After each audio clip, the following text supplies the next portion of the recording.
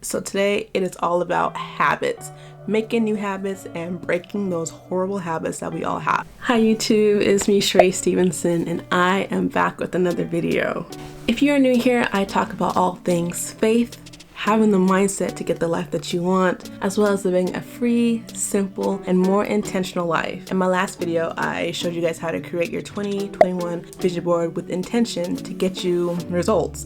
And I realized after making the video that in order for me to really get the results that I want, there's some things I really have to change in my life. There's some habits I have to let go, and there are also some habits that I need to form. So I realized, hey, let me just shoot a video on habits to get you guys all in the same mindset. 2021 is almost here, so let's create positive habits that get us closer to reaching those goals that we have and leaving those bad habits back here in 2020. Sound good? All right, let's get into this video.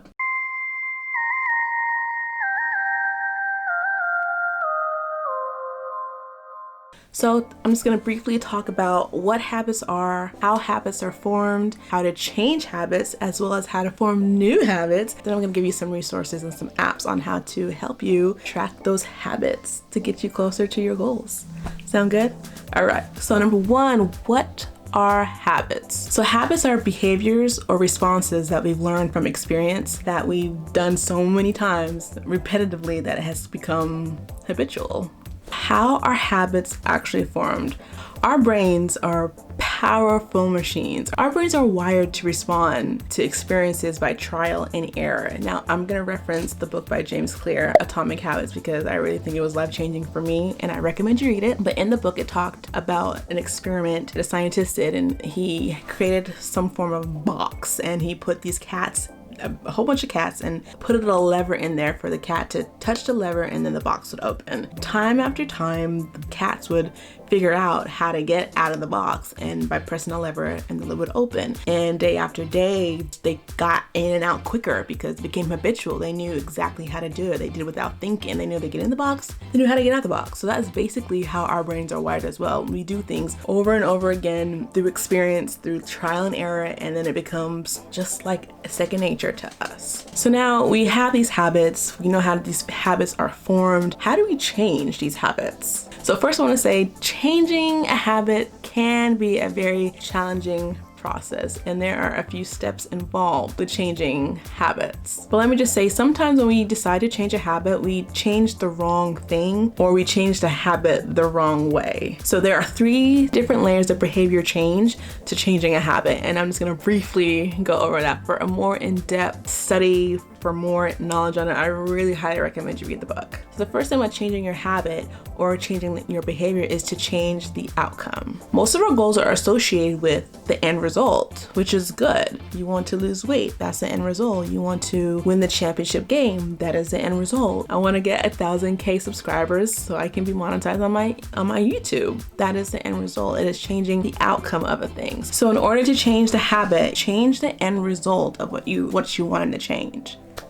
Make sense? 2 thing is changing your process, and this comes into play with setting goals and setting systems. And the book talks clearly about setting goals and setting systems and the difference between the two. I want 1,000K subscribers now. I need to change the process of how to reach that goal. That may mean I need to create more videos. That means I may need to promote my videos in a different way. I need to change the way that I'm doing things in order to get the result that I want. And lastly, which is the deepest layer, and that is changing our identity. That means changing our beliefs, changing the way that we think, changing the way that how we see ourselves, changing how we view the world. The moment we begin to do this, we will change our habits. We will see things differently. We'll do things differently. Build identity-based habits, things on who we wish we were, who we want to become, and that will catapult us to changing a lot of habits in our lives or forming new habits in our life that are centered around this new identity that we are trying to be and obtain.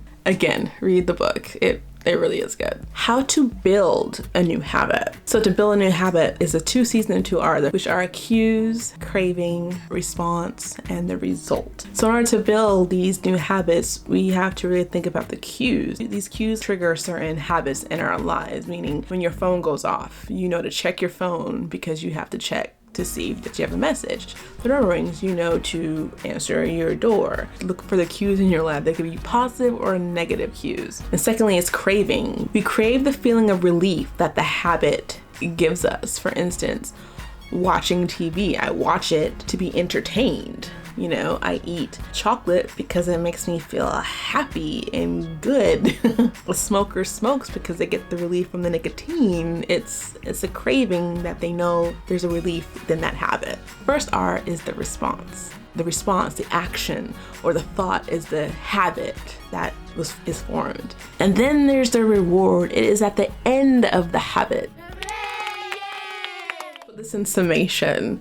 The cue is the remote. That's the trigger. You see the remote, you know you're going to turn on the TV. The reward is going to be being entertained. The craving is about wanting. The response is about obtaining the reward. Remember, the response is the action or the thought for the reward. So you see the remote, you're gonna get the remote, you're gonna turn it on, boom, the reward, you're being entertained. If the reward fails to satisfy you, then there's no reason to do it again. So without the first 3 steps, without the cue, without the craving, without the response, the behavior will not occur. And without all 4, a behavior will not be repeated. So if a behavior is insufficient of any of these 4, then it will not become a habit. So now you know how to build a habit. Now how do you stick to the habit? First thing, change your surroundings. If I tell myself I want to drink more water, then there's some things I have to do to change my surroundings, meaning I'm gonna throw out all the carbonated drinks, all the lemonades, all the sweet teas. I'm gonna get rid of it. And what else I'm gonna do? I'm gonna go a step further. I wanna make sure that I place the water on my counter because it'll be a cue, it'll be a trigger. If I pass by and I'm thirsty, the cue is the water sitting on my counter. I'm gonna stop. I'm gonna drink the water. It's easy because I see it. It's right in front of my face versus going into my fridge, and there may be some other things in there that may stump me if I haven't gotten rid of it. So a way to strengthen these cues, these triggers, is by implementation intentions. What is that? Being intentional. Now, I am all about living a more intentional life and being intentional in everything that I do. I just purchased a Peloton bike because I want to be fit in 2021. Now, that is very vague. What is the process? What is the intention? The intention is, okay, I plan every day at 8 a.m. to wake up, put on my gear, and go upstairs and get on my Peloton bike for 30 to 60 minutes a day. Now that's a plan, that's an intention. There's some steps that I can follow here. We are motivated by the anticipation of the reward. So our brains are so powerful that our brains release this chemical called dopamine that makes us feel good when we're doing something pleasurable. We can also anticipate pleasure, which is the brain's way of encouraging us to do something. Think about kids in Christmas. It's the anticipation of Christmas Day. They're just excited. They just cannot wait to get to that day. So with that in mind, make habits we look forward to. There's another term here. There's another thing we can do is called temptation bundling. So there's an example in the book that I thought was plain genius. There's an engineer who was working out and he loves to watch Netflix. Of course, some of us don't like to work out. But what he did was he wrote code that whenever his speed starts to fall short, the Netflix would turn off. And when the speed was at a certain par, the Netflix would stay on. I'm like, I wish I had that code. I really wish I had that code because I think I could binge watch and work out at the same time. Oh my gosh. That would be great. Wouldn't that be great? So another thing that we need to keep in mind to make our habits stick, we need to reduce the friction. Habits are easier to set in our lives when they flow seamlessly into our lives. The book gives an example with a husband and wife, and the wife was always sending out greeting cards. She had all types of cards in her arsenal, just in a box. Greeting cards, congratulation cards, get well soon cards, sympathy cards, because she had a stack in her home. And that way when something arose, all she had to do was just mail it out. She didn't have to go to the store. She didn't have to mess with any of her routines because she had them already a part of her life. So make the habit flow with your life. Don't cause friction, because the moment there is friction, if you have to do something that is going to cause you to not want to do it, then most likely you're not going to want to create a habit. And vice versa. When you're trying to get rid of a habit, create friction. Make that friction so frict. Make it so hard that doing that habit, it's just not gonna be a thing. For instance, watching so much TV, binge watching so much TV, right? When you have goals to meet, when you're trying to be productive, take the batteries out of the remote, unplug the TV. Now you just created friction. Now when you have that desire or that craving to watch the TV, guess what? You don't know where the batteries are to put in the TV to watch, or now I have to go and plug the TV back in the wall in order to watch it. There's friction. So now I might as well just work. I might as well get closer to my dream, right? Mastering a habit is just plainly a repetition. That's all a habit is doing something over and over and over again. So it's not about perfection, it's about doing it over and over again. So if you miss a day, you make sure that you do it the next day, because it's imperative that you pick up right where you left off. So there's also this another term that in the book called the 2-minute rule. Simply, when you start a new habit, it shouldn't take more than 2 minutes to start it. You don't want your new habit to feel like a challenge. You don't want friction. The moment it's hard to do, you may not do it. You don't want your habit to feel like a challenge, although the actions following can be challenging. For instance, I got a Peloton bike. So what I will do is I'll leave out my clothes and my shoes. It should take me 2 minutes to put my shoes on. Now I'm already following through with putting my shoes on, so now I should follow through with actually going to my bike. Putting on my shoes, that's not hard. It should be easy. That's the easy part. Now the challenge is coming with getting on the bike and actually working out. The beginning of the habit is not hard at all. So the 2-minute rule, it should not be hard. So I hope that makes a little bit of sense. Lastly, I'm just gonna talk about some resources, some apps, some things you can do to track your habits in order to know if you need to get rid of it or keep it. So there's this thing called habit tracking. What is that?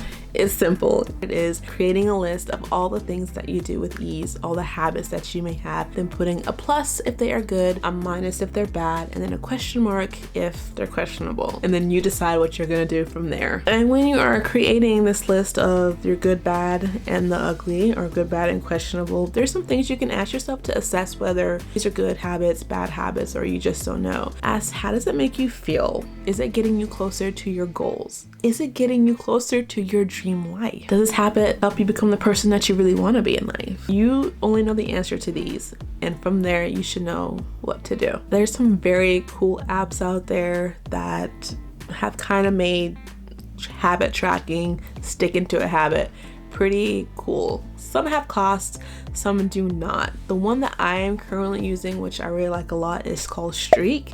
It is $4.99, and the app is very user-friendly, and it just sends off reminders for me to do certain things that I put on there to do. And I must say, so far so good. And I'm hoping that I do it so often that it just becomes a habitual thing that I won't even need the app anymore, but time will tell. Another one is Habit Share, which is kind of essentially what it means, habit share, a net group of friends and you share your habits with, so it's kind of a way to hold each other accountable. So if you don't care of laying all your habits out there out in the open, sharing your dirty laundry, then hey, that may be a good app for you. And I believe it's free. I'm not sure. I will link it below to let you guys to all these places you can find out these apps. The third one is Habitica. I think I'm saying it right. Habitica. So just kind of go around and look to see what works for you. Just in summation, in order to create a good habit, make it obvious, write it down. Implementation intentions, be very clear about what you are going to do. Use habit stacking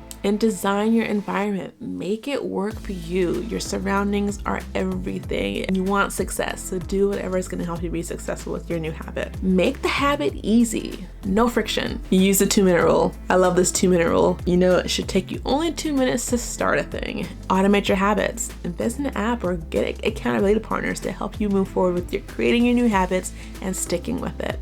Make it satisfying. Use reinforcement. Reward yourself after you have done something. Remember, and again, never miss twice. No go. Once, great. Twice, no. Okay, so how do we break a bad habit?